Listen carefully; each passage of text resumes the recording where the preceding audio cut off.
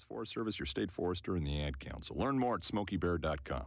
Only you can prevent wildfires. Hey, Dad, how do you throw a curveball? How do you build a fort? How do refrigerators run? How do fish learn how to swim? Kids ask a lot of questions. How high can you jump? But you don't have to know every answer. How many phone numbers are there? Because you don't have to be perfect to be a perfect parent. How do cell phones work? There are thousands of children in foster care who don't need every question answered. What's electricity? They just need you. What's the moon made of? For more information on how you can adopt, go to adoptuskids.org. A public service announcement from the U.S. Department of Health and Human Services, Adopt U.S. Kids, and the Ad Council.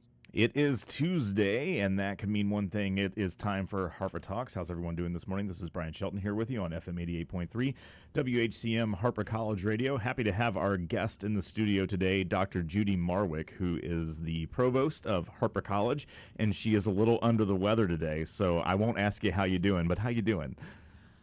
Other than my cold, I'm doing pretty well. Yeah, other than your cold, you're doing pretty well. Okay, so I was looking up, you and I had a conversation last week, and we talked about being at multiple colleges over the course, and you've been a little bit of everywhere all over Illinois and Indiana. Can you talk to us about that process of going to school, getting the degree, going to college, becoming a professor, and then how you transitioned into administration? Can you talk to us about that a little bit? Sure, absolutely. Well, back in my very early life, I was a junior high school math teacher. Okay. I took about 10 years off and had 3 sons, and then I decided to go back to Purdue and work on my master's degree. I was thinking I was going to teach high school. While I was there, they offered me the job of a graduate assistant. And I found that I really loved teaching college. Mm-hmm. I was teaching entry-level college classes. So when I graduated with my master's, I applied to Prairie State College in Chicago Heights, and I was lucky enough to get the job.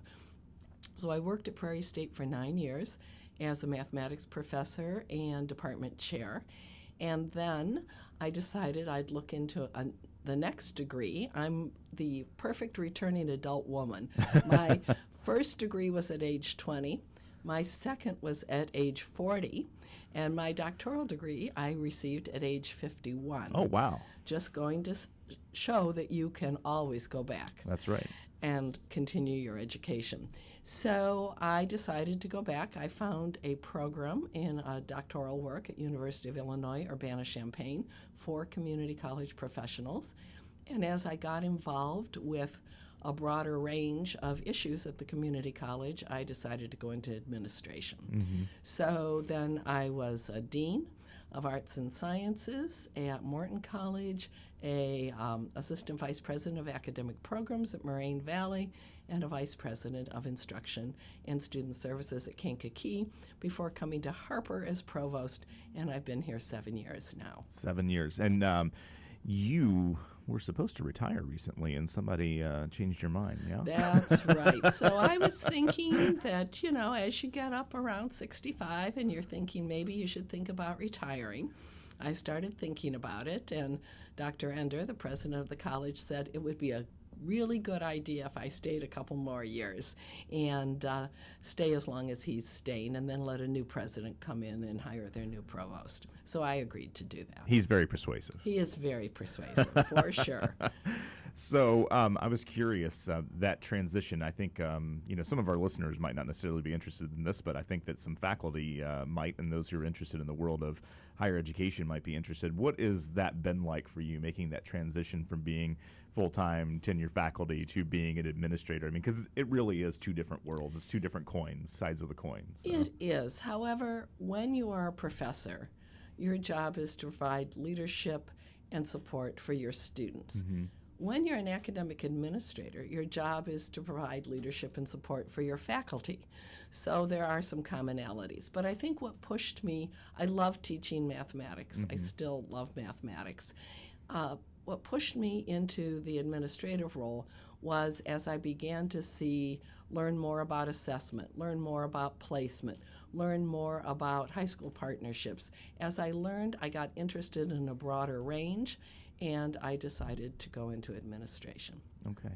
Do you miss the classroom? Sometimes, yes, I do. Sometimes. I tried, after I went into administration, I tried to continue teaching a class, but it made me too tired to do both jobs, so I stopped doing it. But yeah, I miss the classroom. Yeah, you get a certain energy from the students in the classroom that I don't think Absolutely. you get outside of the classroom. And but it's a good idea to get back when you can. Do you come in and do guest talks and that sort of thing occasionally? Oh, no, not too much. But We need to get you in the classroom. all right. You want me to come teach math in your speech classroom? That won't be a problem. I would. Okay. Do you love math? Do you think Yeah. math is beautiful? I know several math professors, and when they start telling me that math is beautiful, I get a little sick to my stomach. Is math beautiful? Yes, and I think the reason some people don't like math is because they don't learn to make connections. Once little children learn to count 10 objects up to 10, everything you learn in math is based on what you learned before. And the problem comes when people get holes in those connections. But math is, it all fits, it all makes sense if you really can make the connections. Is the logic behind math what attracts you to it? Probably. Yeah. Probably. I think I approach things from a mathematical point of view. I think I have some of those genes. My father and my brother were accountants. Okay. And I have one son who's an engineer and one who's in manufacturing. So I think there's those mathematical genes maybe running around in our family. Okay. And you did your master's at Purdue. You couldn't find someplace harder to go to school? You couldn't, yeah? Well, I've always believed that if you're going to get a degree, get it somewhere where it's a valuable degree and Yeah. it's recognized. Absolutely. And Purdue is recognized in math and sciences and technology. Yeah, I know several engineers who went to school. They can't stop telling you about the fact that they went to Purdue, so that's and that's okay. That's a good thing. You should be proud of that. That's right. That's right. So there are all kinds of exciting things going on here at Harper College. We are the construction capital of Palatine. So there's lots of things going on. We've got the Building F remodel going on, which is the library, and then we've got the Building M remodel, which we just had the groundbreaking for the other day, which is going to be the new health and physical fitness center, and the pool is there as well. You talk about some of those programs and what you're excited about personally with those? Sure. Well, when I came to Harper, we were just getting ready to totally renovate the technology building. And we did that, and it's beautiful. We've got great programs, great equipment in there for students. Then we added on to and renovated the math science building where our ESL programs are and adult education. It's a beautiful building. It has wonderful spaces for students to gather. We didn't have enough gathering spaces for students in the old buildings, but now we've got lots of chairs, lots of tables, lots of places for students to sit right outside the professors' offices. They Right. can ask questions if they need it. I love that. So now we're doing our library. It's going to be really exciting. We used to have adult ed up on the 3rd floor of F. So think of that. ESL students, adult ed students, it was almost impossible to get to the 3rd floor. You had to just go in one door. If you went in another door, you couldn't get there. Right. And so we've now got them on the 1st floor of D, which is great. And the 1st floor of F is going to be our Student Success Center, our tutoring, our writing center, helping students who need to learn some test-taking strategies, our anatomy room with all the bones, so our anatomy students can learn that. And then the top 2 floors, well, the 2nd floor will be library. The top floor will be some library, and then our Academy for Teaching Excellence. So I think it'll be great. Then our M building is really a unique partnership that Dr. Ender has put together for us with the Palatine Park District and also with Northwest Community Hospital. And the 3 entities have partnered with the college. We will have health services there, we will have a fitness center there, we will have athletics there, and we will have a pool and park district usage there. It's going to be a great facility. Yeah, Dr. Ender says that building used to be the loneliest building on the campus. Yes. The loneliest place And on it's campus, going I to be think. great when it's done. Yeah, it looks like it's going to be really neat. Yeah. I'm going to go back to the library for just a second there. There is, I think people have a very old and traditional idea of what a library is supposed to be, and libraries really have changed over the Sure. last decade, if not longer. And our new library is going to reflect that. Would you mind talking about that a little bit to the extent of Sure. your, Right. So I don't know all the details. Right. But the new library is going to have lots of plugs to plug in all your electronics. Everything is going to be available electronically. We're going to have classrooms in it because now that we can so easily get on the internet and get information, we need to teach students information literacy, Right. what they should believe and what they shouldn't believe and why. So we'll have classrooms over there. We'll have facilities for students to do projects. I think it's going to be terrific. Yeah, it looks really neat. I love I'm not sure if it's still in the plan, but there's supposed to be a maker space in there Yes, as well. Yeah, it's still in the plan, I think. Yeah, and that should be interesting. Right. And it'll be modern. It'll be state of the art and be a real gathering place. And information literacy is so important. We talk about this in mass communication courses all the time here on our campus. Courses that I teach about understanding how to access information and what information is credible. And there's a real disconnect right now that I see with our students who we believe are what we call digital natives, and they're not as native as we think they are. They're not as native as we think they should be. And so it's kind of surprising to find out what students really don't know how to do. Some students don't even really know how to do an advanced Google search, and I find that to be a little shocking. So those information literacy courses will be really important in the library and accessing that type of information. What gets you excited to come to work each day? Does anything get you excited? Sure, absolutely.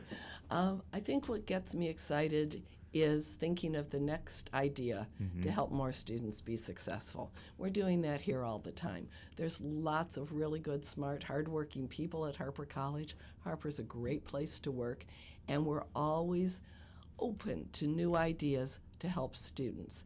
And so that's what we're doing all the time, and that's kind of exciting. I like new ideas. I like making improvements, and that gets me excited That gets you excited to come. That's great. And coming to work's a little bit more difficult for you these days, isn't it? It is. I used to have a condominium in Palatine, but the city called me, and I now have a place in downtown Chicago, which I love on the weekends, but it's a little bit of a drive. Yeah, I would imagine that is not fun, especially when the weather is bad. So Right, but we had a pretty good winter, so not too bad. not too bad. Yeah, boy, Dr. Ender must have been really persuasive. He was God very kept you to do persuasive. that drive right there. That's right. There's a large portion of Harper faculty and staff who have a Chicago area zip code, and that was something I was surprised about when I moved here 3 years ago. Yeah, So, I think so. I think if faculty can come in at different hours depending on when their class schedule is. So I think that makes it easier for them. But I think living near Chicago, Chicago's a fantastic city, and there's so much to do there. I knew I wanted to be there when I retired, and I just bought the condo a little bit sooner than perhaps I should have. Now, we talked once before. I've been in a lot of conversations with you and talking on big campus meetings and that sort of thing. And one of the things that we've talked about is scheduling courses on the Harper campus, and how when a course is scheduled and that course doesn't happen, that we disappoint students. And you tell a great story about your own son. Would you mind? Right, absolutely. So my son was going to another community college in the city, and he was going back to work on an engineering degree. And he needed to take Physics 2 in a particular semester. And so he was signed up for the night section. The day section was full. I said to him, you better keep your eye on that day section. If a seat opens up, take it, because they might cancel the night section. There's only 2 students in it. And he said to me, you mean I really need this course to complete my program, and they would cancel it? Right. And I think that's how a lot of students think. We have to be sure that we let students know when the courses are going to be offered, and we have to not cancel them. Right. And so we're really working on strategies to do that. Yeah, that's been a real big push here, creating a programmatic strategy for students so that they know exactly what courses they should take in which semester, depending on what their intended major might be, right? Yes, Yeah. yes. What about those students who don't know what that intended major might be? We provide a guide for them as well? Sure, that's a lot of college students come to college and you don't know. What we ask, we've just developed areas of interest, and there's 11 of them. So you might think, I'm really interested in literature, humanities, communication, but I don't know exactly what. Or you might think, I'm interested in health careers, but could you do anything besides nursing? Well, yes, you could. There's a lot of things. So what we are doing is assigning students an advisor who will help them narrow their search to what they really want to do. In the meantime, everyone has to take your math class, your English class. We're running first-year experience classes to help students hone in on an academic plan and learn something about the college. And then as you go through the semesters, your advisor will help you narrow down, did you want to be a nurse, or was it a dental hygienist, Right. or was it in dietetics technicians? Sure. Lots of great stuff to pay attention to for the students and making sure that they get on the right track. Because as we know, if you're not on the right track at the beginning, it can wind up costing you a lot of time and a lot of money. That's so right. I mean, not as much money here as it is at a four-year university, But still. it's still money. So And students' time is valuable. absolutely. So you're listening to FM 88.3 WHCM Harper College Radio, a broadcast service of the Harper College Board of Trustees. You're listening to Harper Talk. I'm Brian Shelton, and we're here with Dr. Judy Marwick talking about, she's the provost. We're talking about fun things that are happening at Harper College, and she is sick, so I'm not going to keep her forever here. But I just want to ask you just one last thing. What's the most exciting thing going on at Harper for you? What are you most interested in seeing happen in the next couple of years of your tenure here? Right. I think perhaps the most exciting thing going into the future is our case management of students. Right now, when students come in, we require that they see a counselor, and then we have counseling appointments after the first semester if they reach out to the counseling office. We're going to have someone assigned to them. That will be their point person, their advocate for completing. They know they can always go to that person, and that person is going to make sure that they don't get off track and that they're really doing what they're supposed to be doing. Our graduation rates have doubled in the past 7 years. I think this will help them go up even further, and that's important. We're expanding our international programs, which I think is exciting for students. We're going to have a focus on Latin America for the next 3 years. We've just finished our focus on Africa. Right. And we're talking about our high school partnerships, our business partnerships, so many things. There's always something going on here. That's right. That's right. So graduation is in May. It's on May 20th, I believe. Or something close to that. Close to that. And it's outside. It is. Is there some sort of deal that Ken Ender has that makes it not rain? Yes. Yeah? Okay. He does. It's been a little dicey a few years. 1 year, when we were setting up for graduation outside, it was snowing Oh, no. in May, and we were trying to keep the audio equipment dry and knock the snow off the tent. This will be my 7th graduation. It's been outside every year, and we've never had terrible weather. No rain, snow the day before, but no snow during graduation. And so we got a couple more years. We have to have that. Well, hopefully we didn't just jinx that. So, No. But I'm always interested about that. I like to ask people about that. Graduation outside, what do you think? And they're like, I don't know. So. Right. If there was ever a big storm, we have alternative plans to either wait or else to do something inside. But Okay. Well, thanks so much for coming in today. I'm gonna let you go because I know that you're not feeling well, and it sounds like you're losing your voice as you're going That could here. happen. So it could happen. And I know you got a busy day. So thanks so much, Dr. Judy Marwick, for being with us here today on Harper Talks. I'm Brian Shelton, and you're listening to WHCM. Here's Peter Gabriel with Sledgehammer.